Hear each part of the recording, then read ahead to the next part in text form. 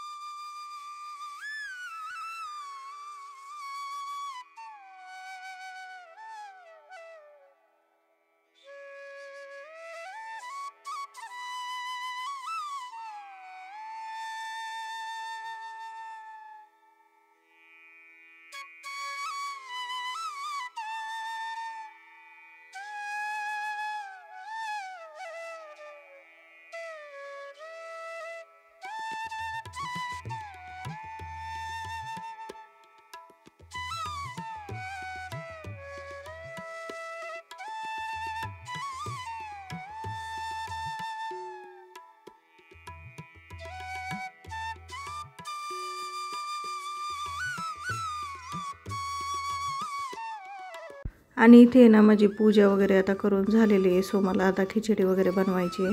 आणि इथे तुम्ही पाहू शकता की इथे रात्रीच मी दही लावलं होतं. सो ते एकदम घट्ट वगैरे असं बनलं होतं. आणि शक्यतो आम्हाला जास्त उपवास वगैरे नसतात, पण जेव्हा कधी मी खिचडी बनवते ना तेव्हा त्याच्यासोबत दही तर लागतेच लागते. आणि आता इथे मी ना बटाटे कापून घेते, कारण विहानच्या बाबांना उकडलेले बटाटे साबुदाणा घातलेले आवडत नाही. सो मग मी हा कापूनच फ्राय करून घालते.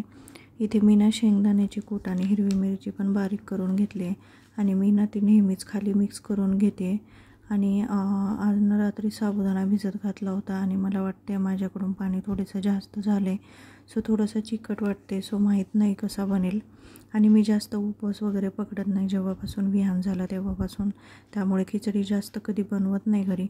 आणि ना माझ्यासोबत नेहमी असं होतं की मला उपवास असतो ना त्या दिवशी खिचडी खावीशी नाही वाटत आणि असेच कधीतरी इच्छा होते.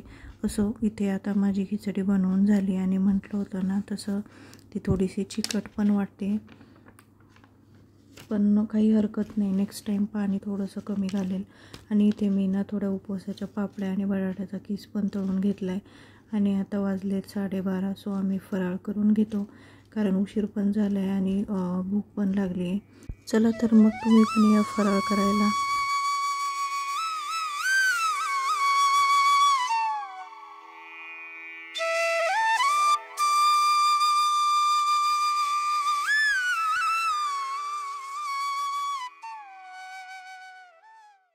तर इथे आम्ही जेवण करत होतो आणि जेवण करता करता विहानचे बाबा बोलले की मंदिरात जाऊयात. तसं तर मंदिरात जाण्याचा काही प्लॅन नव्हता, त्यामुळेच मी घरी पूजा वगैरे करून घेतली होती. पण म्हटलं की चला बोलतायत तर जाऊयात. आणि आज ना मंदिरात जाण्यासाठी आमच्यासोबत अजून एक व्यक्ती येणार होती, म्हणजे ती ना आमच्या शेजारी राहते आणि आम्ही तिला दादी बोलतो. म्हणजे मी जेव्हा पुण्याला राहायला आली ना तेव्हा आमची ओळख झाली आणि त्याला 8 वर्ष पूर्ण झाले.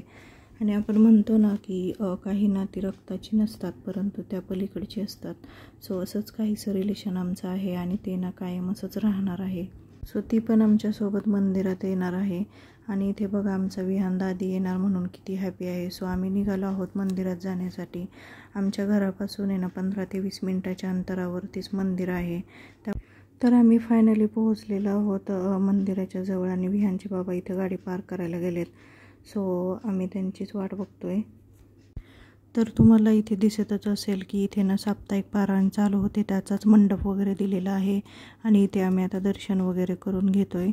आणि ना इथे जेवण वगैरे पण चालू होते, म्हणजे महाशिवरात्रीचा साबुदाणा खिचडीचा महाप्रसाद होता, परंतु आम्ही घरूनच जेवण करून गेलो होतो, त्यामुळे जेवण काही आम्ही केले नाही. पण तिथे ना लस्सी होती आणि ऊनही खूप जास्त होतं, त्यामुळे म्हटलं की चला आपण सगळे आता इथे लस्सी वगैरे पिऊयात.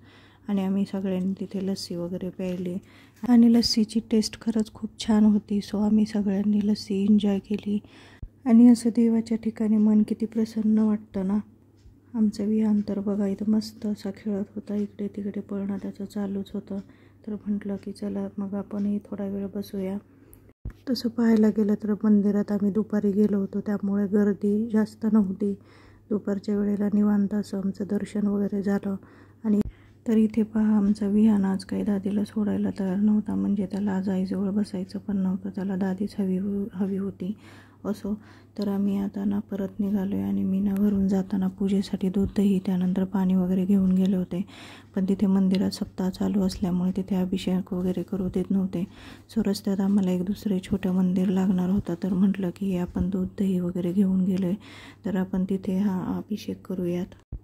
सगळ्यांनी छान अशी पूजा केली. तिथेही महाशिवरात्रीला खूप गर्दी असते, परंतु आम्ही दुपारी गेलो होतो त्यामुळे फक्त एकच काकू तिथे आमच्या अगोदर पूजा करत होत्या. सो आम्ही त्यांच्या झाल्यानंतर पूजा वगैरे केली आणि दुपारची वेळ असल्यामुळे आम्हाला छान अशी पूजा करायला मिळाली. सो अशी ही काहीही प्लॅन नसताना महाशिवरात्रीच्या निमित्ताने पूजा घडून आली असंच म्हणावं लागेल. सो अशी आम्ही सर्वांनी महाशिवरात्री सेलिब्रेट केली आणि असा होता हा आजचा महाशिवरात्रीचा व्लॉग. सो माझा हा व्लॉग तुम्हाला कसा वाटला हे मला नक्कीच कमेंट करून सांगा आणि चॅनलवर नवीन असाल तर सबस्क्राईब करायला विसरू नका. सो भेटूयात परत अशाच एका नवीन ब्लॉगमध्ये. तोपर्यंत खुश राहा आणि आपली काळजी घ्या. बाय.